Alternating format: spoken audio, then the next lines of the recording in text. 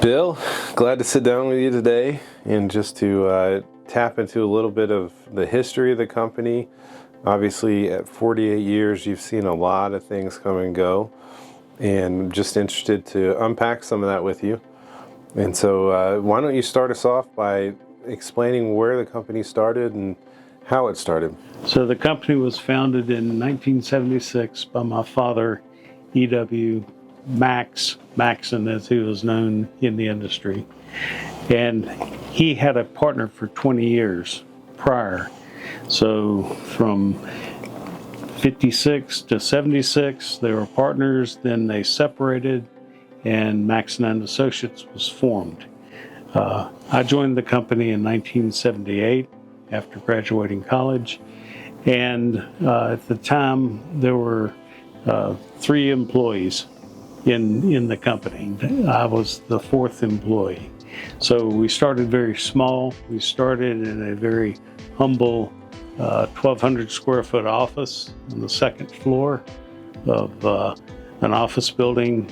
Yeah, and one fun fact, just to contrast that from today, is, at 54 employees, operating out of a 10,000 square foot office warehouse with our own installation and service crews, it's been quite a change. It has been. A lot of that change has been dictated by the economics of running the business. We were 100% new construction when I joined the company. We had no service business whatsoever. We did have end user business to a certain extent.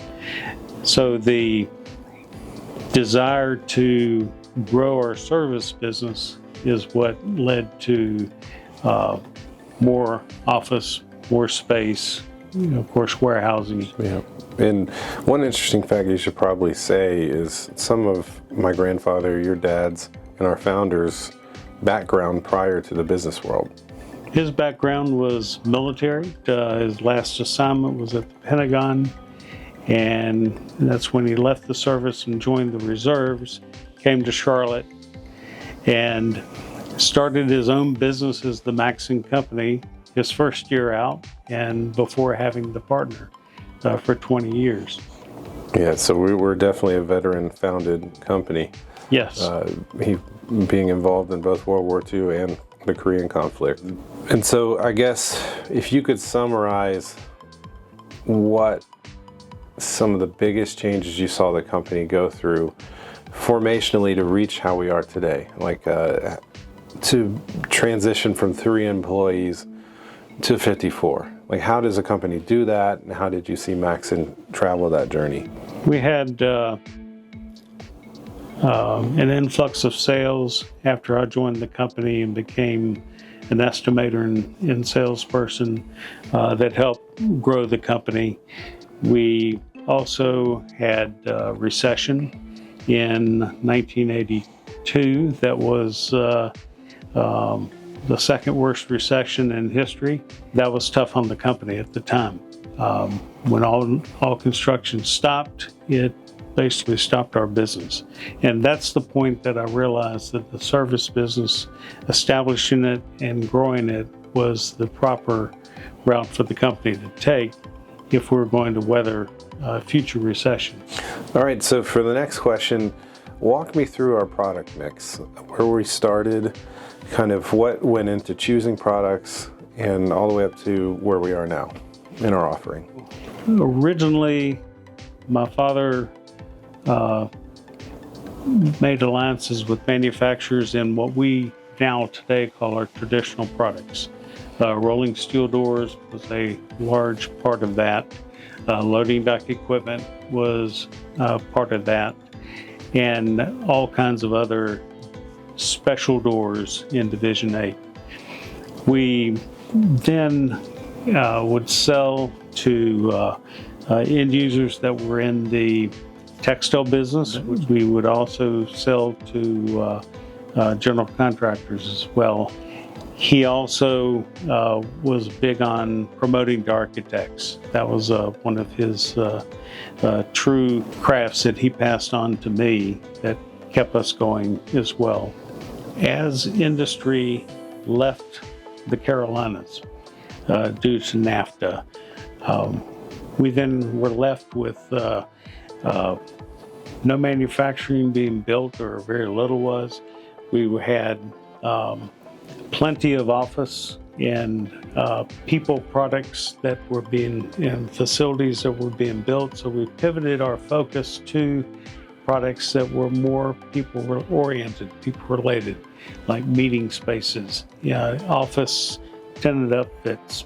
And one of the product lines that we had done traditionally was operable partitions.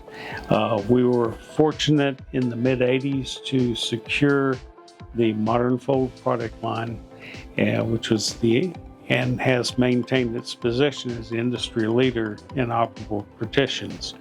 And so that helped us upgrade our offering to the architectural community to be able to offer their products and their designs. We also had a big change at the end of the decade between the 90s and 2000.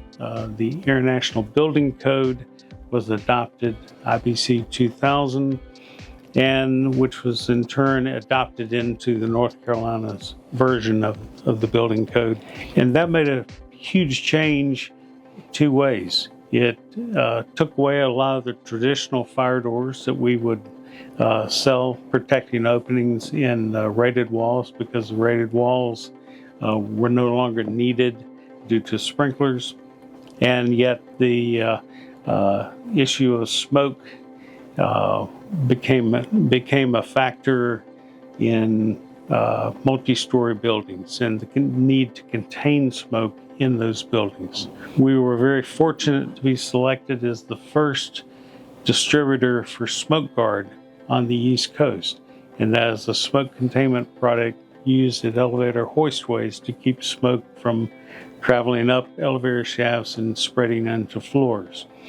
And we were able to secure that line and have sold it exclusively ever since.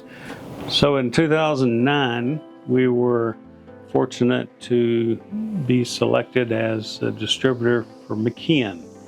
And McKeon makes a whole family of specialty door products that are fire and life safety related.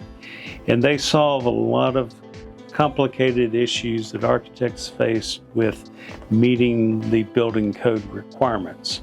Our products allow architects to design open, free spaces, but yet maintain code compliance for area separations. The products also help to save money, such as a horizontal fire shutter.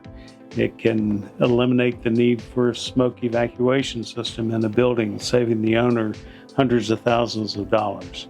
So we are uniquely equipped to consult with architects and help them meet their code challenges and meet their desires for wide open spaces in buildings. So I mentioned before, you've been in the industry for 48 years. Obviously it's gone, I'm sure, through a ton of change, and you've watched it change all the way from Flintstone era brontosauruses lifting heavy objects to what it is today. Walk us through how you've seen the industry change. Probably the biggest change has been industry consolidation and private equity purchasing local smaller door companies and wrapping them into their national brand.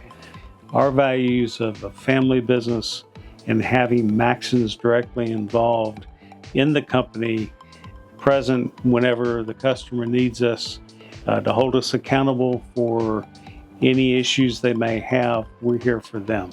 And if we're just employees for a much larger company, then there's not the same level of commitment to resolving the customer's issues that we see. And therefore, we like to be hands-on with our customers in the marketplace. So as a family business, an independent business, without a private equity overlord overseeing us, what do you think that means for each employee for the company? I think it means for the employees that they have a company that they can count on, that are sensitive to their needs and will work with them throughout whatever their struggles are, because we all have issues that come up from time to time, and our company is understandable, it's flexible, and we can make change easily because of the decision making is right here in Charlotte. It's not 1,000 miles away at some corporate headquarters. Yeah, you're not getting that call to lay off 20% of staff without any sort of consideration. Exactly. We value our employees. I had very little, if any, layoffs through 4 recessions. Leading people and having people work with you over all these years at the company, what has that taught you? It's taught me that our people are truly our greatest asset, and without them, we would not be at the level of success that we have. We've been very fortunate to have many, many long-term employees. We are fortunate to have had numerous employees work for us for decades and to retirement.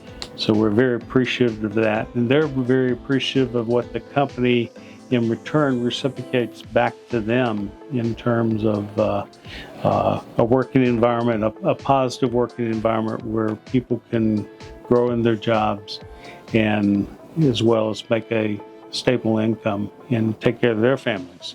All right, let's talk core values for the company. First one is own it. What does that mean to you? That means that the employee is going to accept the responsibilities of their job.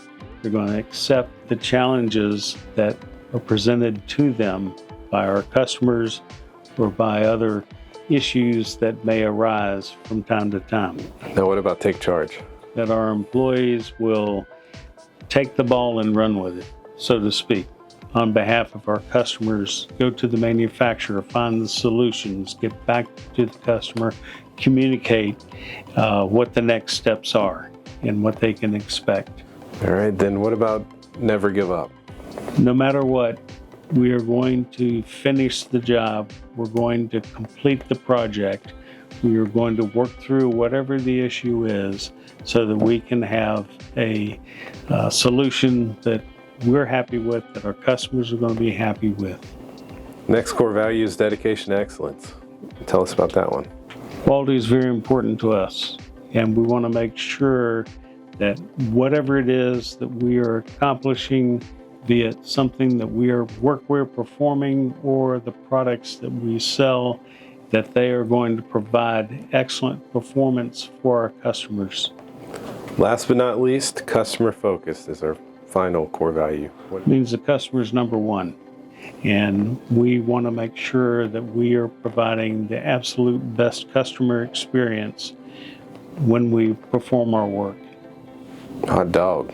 All right, as you step into retirement, Bill, what are you looking forward to, and what will you miss the most about being here? Looking forward to time off, looking forward to less stress of owning and operating a business. The thing I'll miss most are the people and the relationships that we have with our employees and that I have with our employees. That will be missed greatly. If you could leave one message for the next generation of Maxon, what would it be? Treat your employees as if they're your own family. Great.